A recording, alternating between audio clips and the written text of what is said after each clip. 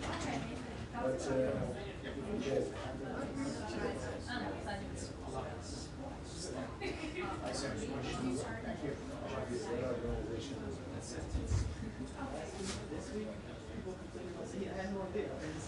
So Sammy got a haircut.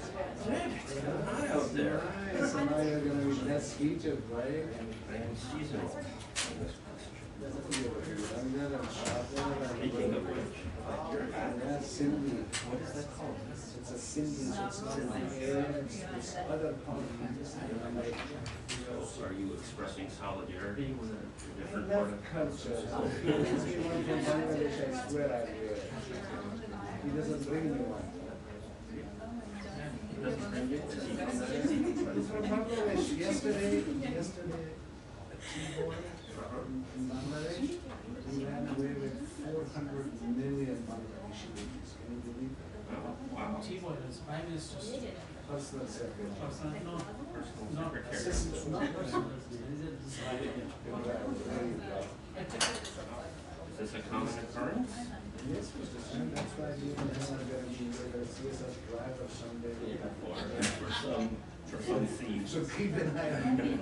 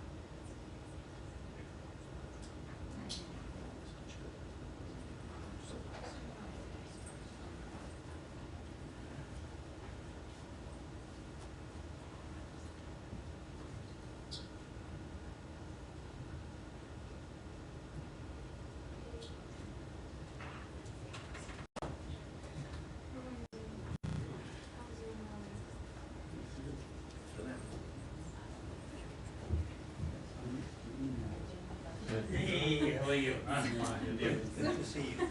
I don't like to sit away from you. Why don't you sit with me?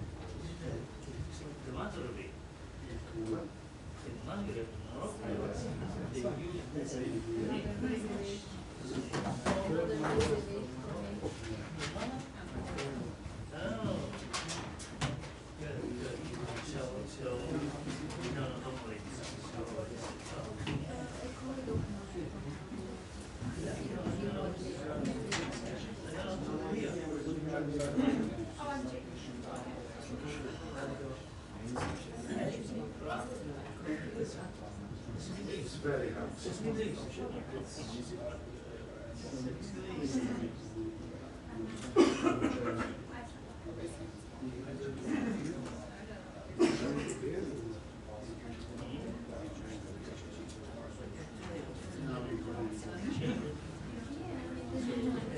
Pandemic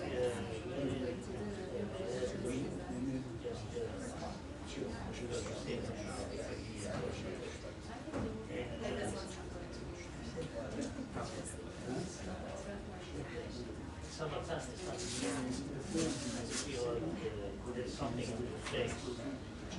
But give you a break from shaving. Yeah, I was told that. I never thought that.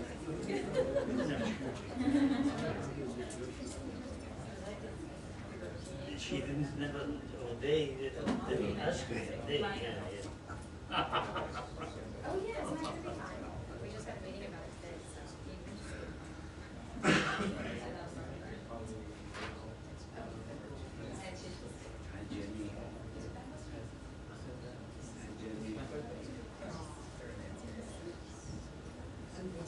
Oh yeah, please concentrate, things that it's less fluid.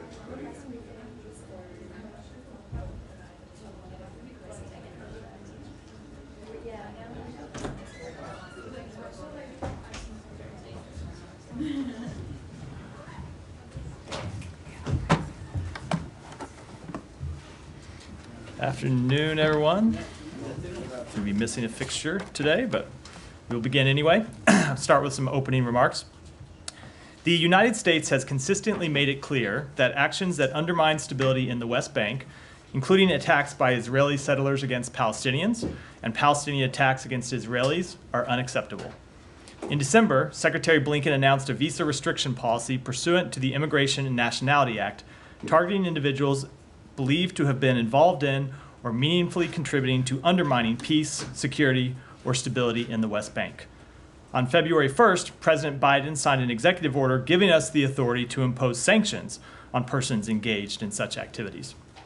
The United States has since imposed sanctions on 11 individuals and 11 entities and pursued dozens of visa restrictions under these two authorities. Today, under this policy, and as part of our ongoing effort to promote peace, security, and stability in the region, we are taking steps to impose visa restrictions on an additional group of individuals who have used violence against persons or property or unduly restricted civilians' access to essential services and basic necessities. Additionally, today Secretary Blinken announced the designation of Elor Azaria, a former Israeli Defense Forces sergeant, for his involvement in a gross violation of human rights in the West Bank. As such, Azaria and any immediate family members are generally ineligible for entry into the United States. As we have said on a number of occasions, promoting accountability and justice for any crimes, violations, and abuses committed against Palestinians and against Israelis are essential to stable, just, and enduring peace in the region. We once again call on the government of Israel and the Palestinian Authority to hold accountable those responsible for violence in the West Bank, and we reiterate that we will continue to impose our own accountability measures as necessary. And with that, Simon? Yeah, follow up on that. So these sanctions against, it's a visa ban against Elor Azaria. Does that imply that he hadn't had that his treatment, the treatment of his case by the Israeli authorities was not fully in line with the standards of justice that the US would like to see? So we have made clear, let me speak to it generally first and I'll speak with respect to his case. We have made clear that we want to see appropriate accountability for those involved in violations of human rights in the West Bank, those involved in actions that of violence that threaten Palestinians or actions that threaten Israelis. With respect to this particular statute under which he was designated, we are actually required to impose visa restrictions if we find a violation of if we find a gross violation of human rights. So I think there are people who will, obviously there was an action that the IDF took against him, right? He did serve time. And I think people can appropriately question whether that was the right amount of time or not. But we are actually separate and apart from that analysis. When we find a gross violation of human rights by a government official, and we did find a gross violation of human rights by this official, we are required to impose this measure whether or not the government of Israel has taken its own accountability measures. Right, and so this was one of the cases that was involved in earlier this year, the Leahy determinations that you guys made. According to the memo of justification that the organization Dawn obtained and posted online, it includes a discussion, it's a State Department document, but includes a discussion of the case and says the Secretary of State determined that the government of Israel is taking effective steps to bring to justice the responsible member. So they're specifically talking about this case, but isn't there like a mixed message here if you're also saying this is 8 years after the fact, but we're taking this action against this individual, but you're also saying justice has been done in this case. So, as I just noted, whether you believe the steps that they have taken are appropriate or not, and we did find that those steps were appropriate for remediation under the provisions required by the Leahy law when it comes to continue to provide training and assistance to that unit. Separate and apart from that analysis, whether you believe that the appropriate remediation measures or appropriate accountability measures have been taken or not, if we find a gross violation of human rights, and we did here, we are required to impose this visa restriction. So that's what we have done. Right, but I guess people would say, people would look at this and say, well, you're imposing a sanction on the individual, but the institution that he's part of, the whole point of the Leahy law is to stop U.S. assistance going, weapons and assistance going to units that are involved in human rights violations. In this case, you've determined that this was a gross violation of human rights. I think he ended up serving 9 months in prison. As you said, it's debatable, but isn't there a question here over whether you're really following the spirit of the Leahy law, where this unit is still able to receive U.S. weapons? So the purpose of the Leahy law, it's not just, I think that misstates the purpose of the Leahy law. It's not in every instance to just suspend military assistance. What we are trying to do, what the Leahy law exists to do, is to incentivize foreign governments to take corrective measures when units commit violations of human rights. So that's why the Leahy law has written into it, if you find a violation of human rights by a unit, military assistance isn't immediately suspended. You have to look and see whether they've taken appropriate accountability measures and appropriate remediation measures, because we want governments to do that. I think it's true about every military in the world that there are times in conflict where you're going to have individual soldiers and individual units who act outside the code of conduct of that unit or potentially act outside the laws of war, and you judge the country by whether they have a system that corrects for those violations and holds people accountable. And that's what the Leahy law is trying to incentivize. So do you think that someone who's been found guilty of extrajudicially killing an unarmed Palestinian, given everything you've said about the need for action to be taken to make sure stability is maintained in the West Bank, this is a very sort of febrile atmosphere there. Cases like this have contributed massively to that instability. So the institution that we're talking about has basically concluded that crime needed a 9-month jail sentence, and that's sort of that's sufficient.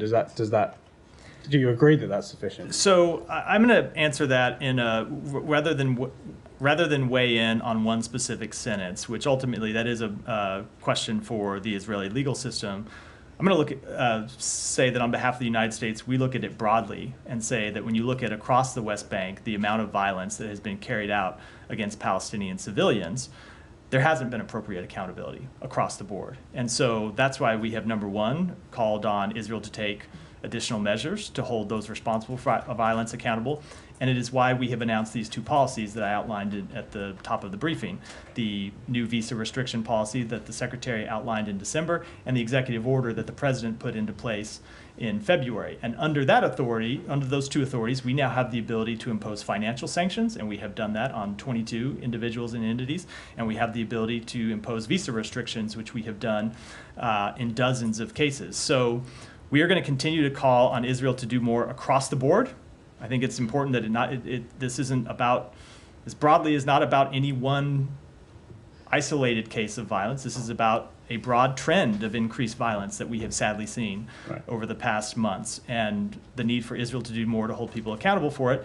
And that's why we are taking the steps of our own to hold people. But you had the opportunity in this case. There's a detailed case here that you've named this individual in a press release. I'm not sure whether you were required to do that, but it's quite clear in this case when it comes to, with reference to the Leahy law, when it comes to the question of whether to restrict weapons to the Israeli military. You're willing to take these steps up to that point, and then at that point, you're not willing. Because we just look at the facts as they're applied, and our determination was that with respect to this particular incident, that the unit had appropriately imposed accountability measures, and because of that, remained eligible for assistance under the Leahy law. That doesn't change the fact that we felt it appropriate and are in fact required to impose this visa restriction today, and that broadly across the board we haven't seen enough accountability, and that's why we're taking other steps. Correct me if I'm wrong, but this case, Azaria, I think it was 2016, right? I believe so, yeah. You know, we're in 2024. I mean, it's kind of silly to remind you, but So 8 years later, so I mean, why are we even talking about this case because now? we have been taking a broad look over the past few months at increased violence in the West Bank. We have seen a trend of increased violence in the West Bank, and that trend has accelerated after October 7th. And that's why you saw the department announce new visa restrictions, or new visa restrictions of policy in December, and that's why you saw the president announce the new executive order in February. And so we are looking broadly at violence in the West Bank and taking accountability measures in response. This is violence 8 years ago. My point Why is, don't you take their accountability for what's happening now. my point is And we individuals now.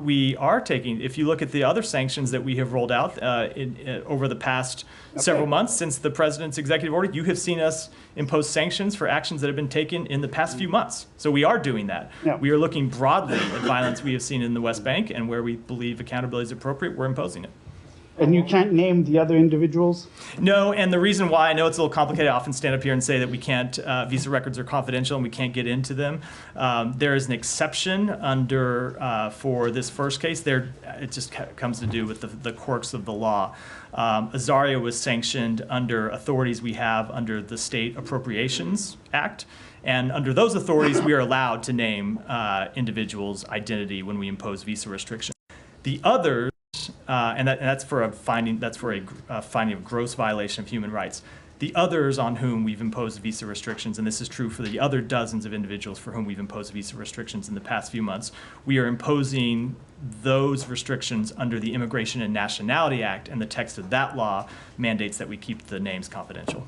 Can I just follow up on a timeline? Ask Congress why it's written that way.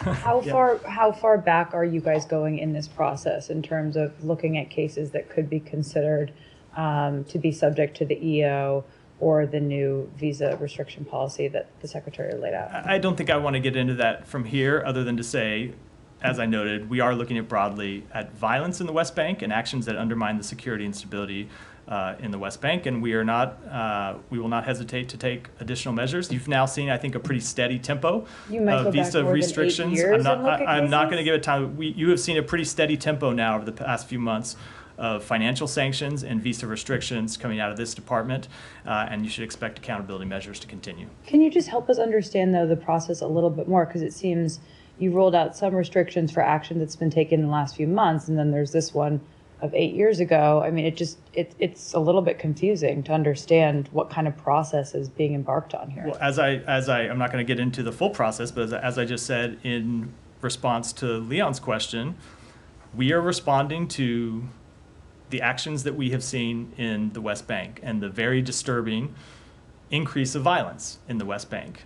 And so we are looking at those acts and looking at responses the government of Israel has taken, if any, in reaction to those acts, and then making determinations about whether additional measures are necessary on behalf of the United States. And then just one last thing, you said that there hasn't been better accountability across the board when it comes to Israel. Is there any broader action that you guys would consider taking? I mean, if you find all of these violations have occurred, is it as meaningful to go after individuals? Perhaps like the IDF itself needs to be targeted? So when it comes, first of all, I will say, when it comes to the impact of these sanctions, if you look at the complaints over the past few months from the individuals that have been sanctioned, if you look at the complaints from officials with the government of Israel, they certainly don't think these measures are effective, because they have been quite loud in complaining about them and quite loud in... They do or they do not think? They do not think they haven't been. They think they've been ineffective. I probably got lost in a double negative there. If you just look at the time period since we have been imposing these measures, you have seen quite vociferous complaints from those who have been sanctioned, those who have had visa restrictions imposed on them, and from officials with the government of Israel. So they certainly seem to believe that these measures are effective. And I will note, part of the point of taking these measures is not just to impose accountability on people who've engaged in acts of violence or people who've engaged in other acts that increase instability in the West Bank. It is also to let others know that we are paying attention and we are watching and we are not going to hesitate to act. Any noticeable change in their action if they're so frustrated about all this? So we have seen the government of Israel taking some steps to crack down on settler violence in the West Bank. We have seen them at times stopping settler violence and at times arresting those engaged in it, but those steps have not been sufficient. And so we continue to call on the government of Israel to take further steps. Yeah. Sorry, I missed the top, or maybe even more than just the top.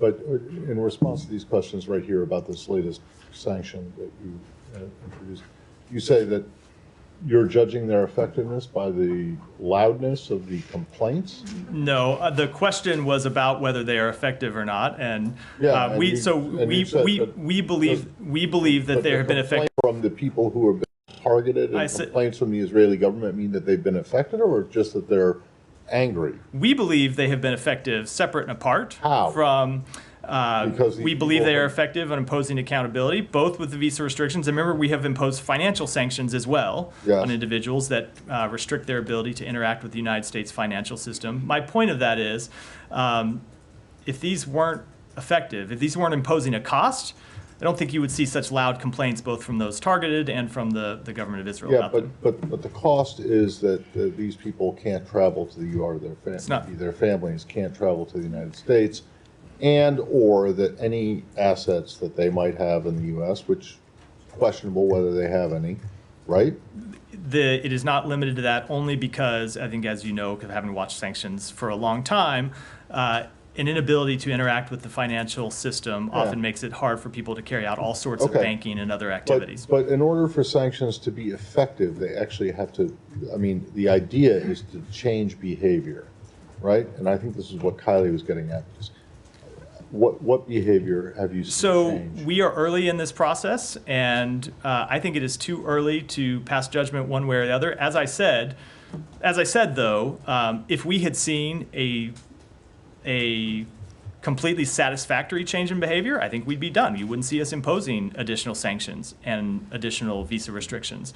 But we continue to see unacceptable levels of violence, and so we're going to continue to taking these steps and continuing to call on the government of Israel to do it. This is not, I'll just say, this is not something that happens overnight, right? It's a sustained campaign by the United States. And I should also make clear that this is not a problem that can be solved by sanctions and visa restrictions alone. Ultimately, it takes action by the government of Israel, and that's why we continue to push them to take additional action. Isn't that an admission that they haven't worked so far? No, it's not. If you're having continued doing that. I mean, look, this is an argument we get into with sanctions on any country: North Korea, Iran, Russia.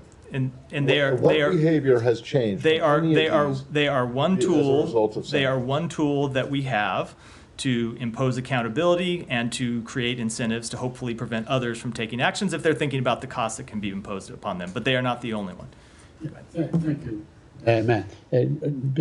Before I ask my question, just to clarify, what about settlers that may be U.S. citizens or U.S. born? I mean, there are a lot of them that have been committing acts of violence and other acts from Kiryat Arba, from the Hebron area and so on. Names are, they're there. Will they be requested to be extradited? Would you do something like this? I'm just trying to clarify. So you can't make an extradition request absent a criminal indictment. So that's the first line. And obviously we don't do criminal indictments in the Department of State. So you would have to wait for the Israelis to indict them criminally? No, well, you wouldn't request to extradite someone who had been indicted in another country. It would be for an indictment in the United States, but we're getting...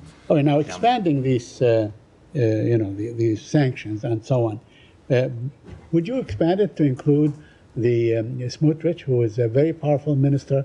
He is virtually the governor of the occupied West Bank and so on, and he encourages these acts, encourages settlements and so on. Would you do something like this to include someone in the Israeli government? So as always, I am not going to preview any sanctions action or sanctions or potential sanctions action from here before it happens. Right, but he's doing this on a daily basis. I mean, he's in rhetoric, in action, in every which way. I mean, he joined the settlers. He joined them 3 weeks ago in the Jericho area and so on, and was actually doing physical, acts with the settlers. So why not, let's say, include him in such sanctions? I will say that we have made quite clear what we think about certain comments that minister has made and certain actions that he has taken, and we have engaged directly with the government of Israel about those comments and those actions. But as always, when it comes to any potential sanctions action, you never hear me stand up here and say that we're going to do it or considering it before we announce it publicly. Okay. That is just a blanket rule with respect to everyone. I think you've been covering this department longer than I've been here. And it's true to form. I mean, back in January 2023, your predecessor, I remember that the issue of both Smotrich and Ben Gvir were raised, and whether they're going to be, put on a list of, persona non grata list or something like this and so on. So this is not a new issue. It's been around for a very, very long time with these two particular persons. Why not? I mean, since their actions have spoken a lot louder than their words in the last, whatever months, 17, 18 months. Why not include them in such sanctions? And this way it would be binding. So we continue to engage with the government of Israel about policies that those ministers impose with which we disagree, and other actions that the government of Israel takes with which we disagree, in the same way that we engage with governments all around the world about actions that they take with which we disagree. Yeah. As it comes to a sanctions thing, I'm just not going to get into a debate about why we will or not do something. It's because it's not something that we ever do. With one exception, as compared to other governments and so on. I mean, next week we're expecting the Prime Minister of Israel to come to this town. It will probably be a love fest in Congress. There will be a lot of standing ovations and so on. It doesn't matter, but he enjoys the support, and he supports these two particular ministers. So, I mean, where's the beef, so to speak, in these? So again, as I've said, Saeed, when you come to specific policies that those ministers have promulgated, you have seen us engage with respect to those policies. So when it comes to, for example, the suspension of transfer payments to the Palestinian Authority, when it comes to the potential suspension of correspondent banking authority, you have seen us engage on those policies and seen us engage successfully to get those policies reversed, and that's what we'll continue to do. One last question about Gaza. There was an analysis in Haaretz that says, the Palestinians were quite hopeful. There will be a deal, but now they've lost hope. Can you update us? Are you as hopeful as you were last week? Did this hope dissipate in terms of arriving at a deal and so on? We continue, I think as I said the other day, we continue to be optimistic but also realistic. Optimistic in that we've been able to reach a framework and overcome some of the very real disagreements that we were facing just several weeks ago. But there are still issues that need resolution, and we continue to work to resolve those. I can only I can only imagine what it must be like to be living in the midst of this conflict, and how much the people of Gaza must want a ceasefire to be reached. And we understand the suffering that they are going through, and that's why we are pushing so hard every day on behalf of the United States, with our mediators, with the government of Israel, to try to bridge these final differences and get a ceasefire, because we realize that it is an urgent priority for those people who continue to suffer. And my last, I promise. It's like 7 or 8, but that's okay. Yeah. I mean, I think the last one you said was the last one, Saeed. Okay. Knowing what you no one know else has their hand up, so I'm not, the cue 10 hands, right? Go ahead, sorry. Knowing what you know now about the course of this latest round of negotiations, now if it falters like the others have, will the onus be placed on Hamas as you guys did in the past, or would it be placed on the Israelis? I'm not knowing what you know now. So I'm not going to deal with a hypothetical. We're trying to get a deal, and if it breaks down, we'll deal with the circumstances as they're presented to us at the time. But I'm not going to speculate about what those circumstances would be in advance. Go ahead. Thank you very much. Any reaction or maybe concern from allies regarding the conviction of Senator Menendez? Because he was the chair of the Senate Foreign Relations Committee, holding a very powerful position at the Congress. Is there anyone raising among allies eyebrows regarding his maybe past remarks or actions? Like, for instance, in Turkey, he's long been known for his attempt to block 16 sales to Turkey and then causing a stir in ties between Washington and Ankara. I am not aware of any concerns that have been raised to us, but that would be natural. Congress is obviously an independent branch of our government, and I think most of the foreign governments with which we engage understand that quite well. Thank you. Yeah, go ahead. Thank you, Matt. Crackdown on student protests is going on in Bangladesh. At least 6 students killed by the regime forces. The pro-regime party wing, Chhatra League, has been particularly brutal towards students, especially girls and women, and has been doing so over and over again for the past 1.5 decades. Would you consider Chhatra League is a terrorist organization? I am not going to speak to that with any specificity, but I will say we continue to monitor the violence that broke out during the student protests in Dhaka, and continue to urge that protests be peaceful and continue to condemn any violence against peaceful protests. One more. Abu Saeed, a young student of English literature of the University Begum Rokeya, stood tall in front of the police to rescue his fellow students. But regime force did not hesitate to shoot him, and he even did not realize that he had been shot while he trying to rescue his friends. This is how the Sheikh Hasina maintains power just before the Sham election. I'm sorry. The Secretary of State said whole world is watching on the Bangladesh election, and the State Department and US will take necessary all steps for this. But when people rights are robbed, all of a sudden you become silent. Why is that? So, first of all, that's not accurate. You have heard me say several times this week, said it on Monday, I think I said it again yesterday, I said it again today, that we condemn any violence against peaceful protests. We've been watching this matter very closely, both from our embassy and officials here in Washington. Have been monitoring the protests, have seen the reports of people dying, being killed in the protests. And we, again, call on the government to uphold individuals' rights to protest peacefully. Thank you.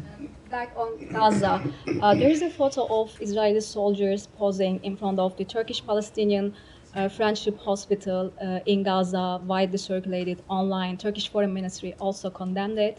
And I'm going to ask your reaction to it, because whenever we ask you about civilian killings in Gaza, you blame Hamas, accusing Hamas of hiding behind civilians, operating within hospitals and schools.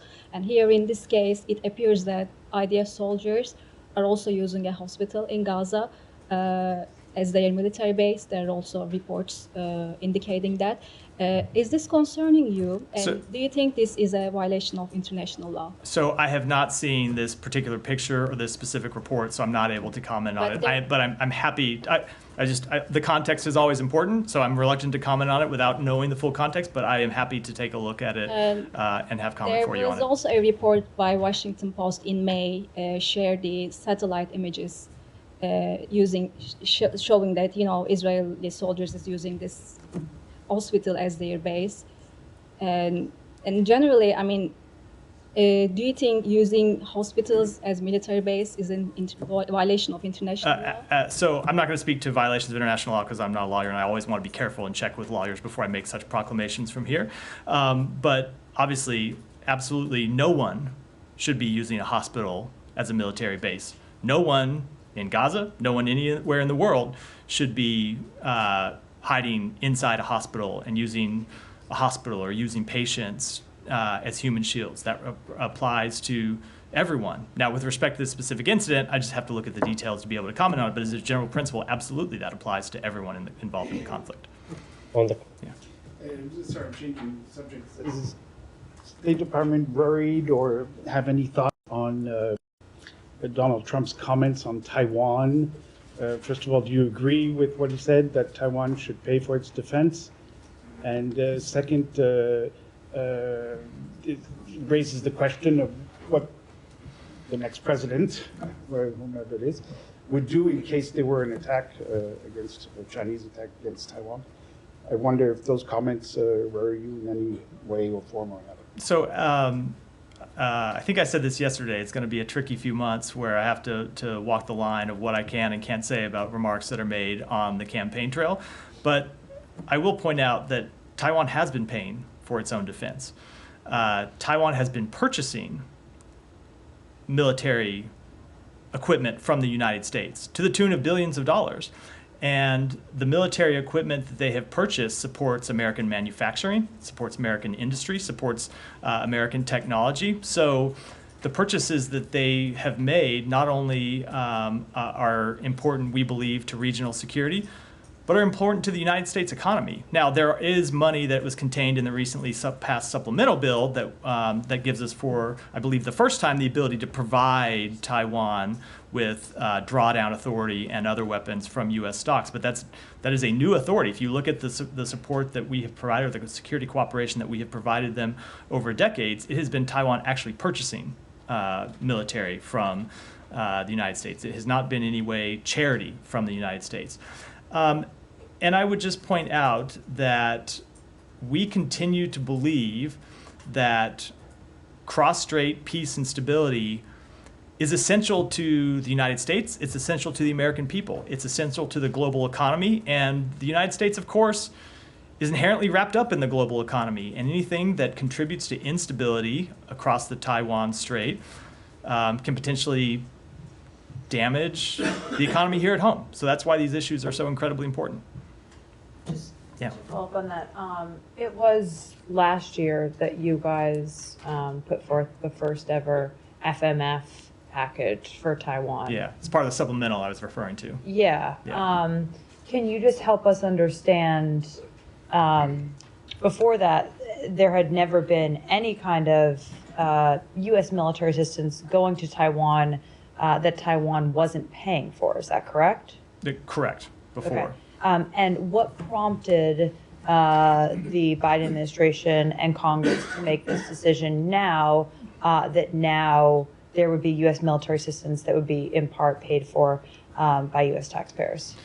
It was a reflection of our longstanding commitment, but obviously we make assessments all the time related to what our longstanding commitment has been to make available to Taiwan the defense articles and services necessary for it to maintain a sufficient self-defense capability. Over time, that has been through weapons sales, as I just mentioned a moment ago, and then we made the assessment that it was appropriate to provide FMF assistance as well. Was that because, did that open up any defense capabilities to be sent to them that they couldn't buy on their own, or was that just? I would have to take that back and look into it in more detail. Alex, go ahead. Thank you, Matthew. I have my own topics, but before that, single combination on Ukraine. Any concern on your end that some of the narratives around Ukraine do find their way to podium at a convention, such as the U.S. preventing Ukraine 2 months after a war from signing a peace agreement? I want to give you a chance to respond to that, but it's being cemented at a high level. So any concern about that? So that is not accurate, and I spoke to this yesterday, that wasn't accurate. Yesterday or the day before, I spoke to it not being accurate. 2 questions. On investment climate statements that you guys announced today, it covers 160 countries and economies. It obviously doesn't cover Russia, no surprise there, but it does cover Belarus. It covers Georgia, Armenia. It does not cover Azerbaijan. What criteria is being applied here? So you're referring to the investment climate statements that we put out. So these are statements that we put out, I believe it's annually, that provide detailed guides to the investment climates of more than 160 countries and economies. And we provide them because they help U.S. companies make informed decisions about doing businesses in overseas markets, both to know the opportunities and also the risks of doing business there. And we find them to be a resource for partner governments to create business environments that are economically sound and sustainable to grow the middle class, empower workers, and promote labor rights. And my question was about any standards being applied by Azerbaijan is not being covered. What kind of messages? When it comes to, if it comes, I think you can imagine, I'm not familiar with the assessments of the entire 160 countries that are contained in the report, so I didn't memorize all of those before coming out here, so I'd have to take it back to speak to any one country and what's contained in the report. On Georgia report, there was no mentioning of Secretary's recent decision on comprehensive review. Why? As I just said, I can't speak to, it's a quite lengthy report that covers 160 countries. I'm not going to be able to speak to you in detail about it from here at the podium. Please take it from me, fair enough. On Iran, can you confirm the reports that U.S. yesterday renewed sanctions waiver for Iraq to purchase Iranian electricity? So I'm not going to comment on those reports, but we have long made clear that this is an authority that has existed and has been exercised going back years, going back to previous administrations, something that's been exercised under administrations of both parties because it helps maintain stability in Iraq. Any concern about timing of it? We just talk about U.S. The timing is dictated by the length of the waiver, Alex. It is the waivers are for an extended period of time, and when one runs out, you extend another one. It's not dictated by anything else. I got confused because after October 7, there were reports that the U.S. and Qatar, U.S. and Qatar quietly agreed to block Iran from accessing restricted funds after October 7. That's different. You're talking about an entirely different matter. So that's why I said I don't think you're actually confused. They're entirely different matters. Right. So is it still the case? October 7, U.S. Qatar restricting Iran from accessing. Is that still the case? You're referring to the $6 billion? No, they have not obtained a penny of that $6 billion. Thanks so much. Jenny, go ahead. Thank you, Matt. Russia and China and North Korea. Russian President Putin and Chinese President Xi Jinping agreed to lift the sanctions against North Korea when they recently met, saying that the revision of sanctions against North Korea is inevitable. Can China and Russia lift the sanctions against North Korea at will without the consent of UN members? Well, they cannot obviously take unilateral actions on behalf of the entire United Nations Security Council. And of course, they cannot affect the sanctions that we, the United States, have imposed on North Korea, which remain in effect. On North Korea recently declared that it regards South Korea its enemy. It also announced today that it would completely abolish exchange channels with the United States. It would what? I'm sorry? It would completely abolish exchange channels with the United States. How do you think the diplomatic dialogue with North Korea that the United States wants will proceed in the future? So I don't have any updates on that. We have made quite clear for some time that we welcome diplomacy, and we have seen that desire met with provocative actions by North Korea. So we continue to believe that diplomacy is the best way to address our very serious concerns. North Korea has pursued a different route, and so that's why we continue to impose accountability measures on them. Thank you. Thank you so much. On Bangladesh, you already from Monday from this podium, you confirm and condemn also what's going on in Bangladesh. 6 students already died. While we are talking here, the Bangladeshi Prime Minister already, on her televised address to the nation, declared independent judicial committee to investigate how the students was killed. And she also declared that the government will take care every family with the job and necessary income to protect them. But that is what is my concern here. The quota in public sector job opportunities reform in Bangladesh is a sub judice matter. Currently, an audio clip of a senior opposite BNP leader has gone viral on social media that the violent student movement is orchestrated by the opposition to disrupt the peaceful political environment, and that is being fueled by Shibir, Jamaat-e-Islami of Bangladesh. What is your comment on that? Okay, so I, just as a first matter, I have not seen that clip that's circulating, so I couldn't in any way comment on it. But I also don't have any update to the answer I gave on this exact subject 10 minutes ago, 15 minutes ago. Yeah. So. And about, we are in Washington, D.C. last 3-4 days. We are feeling like we are in Dallas. It's a big kind of climate change. What USA taking internationally? I think it would be great if we were in Texas. I'm from Texas. That'd be great if we could move the briefing to there. Maybe not in July and August, but in general, I'd welcome that. I just wanted to understand the United States policy on climate change, working with China, India, and other countries to protect global warming, not to become so hot. I mean, you have seen the administration take any number of actions over the 3.5 years that the president has been in office to make clear we need to take steps to reduce climate change. It has been an action. There have been actions that we have taken on the domestic side, and of course we have made it a major aspect of our diplomacy, including appointing a special envoy, John Kerry, work that's now being carried out by John Podesta, and that continues to be something that for which we advocate in our diplomatic engagements. Yeah, if I may, on Russia. Quickly, yeah, now go quickly. Very quickly, yeah, on Matt, how does the State Department respond to the Kremlin reaction on President Biden's slip of tongue when he mistakenly referred to Ukraine President Zelensky as President Putin during the NATO? So I haven't seen Russia's reaction. I try to make it a practice not to respond to everything that they say. I don't find a lot of what they say very productive, I think, as is well known, so without having seen that reaction. But you have diplomatic relationship with Russia. So I don't know I don't know the comment they said. Anyway, go ahead. Thank you, Matt.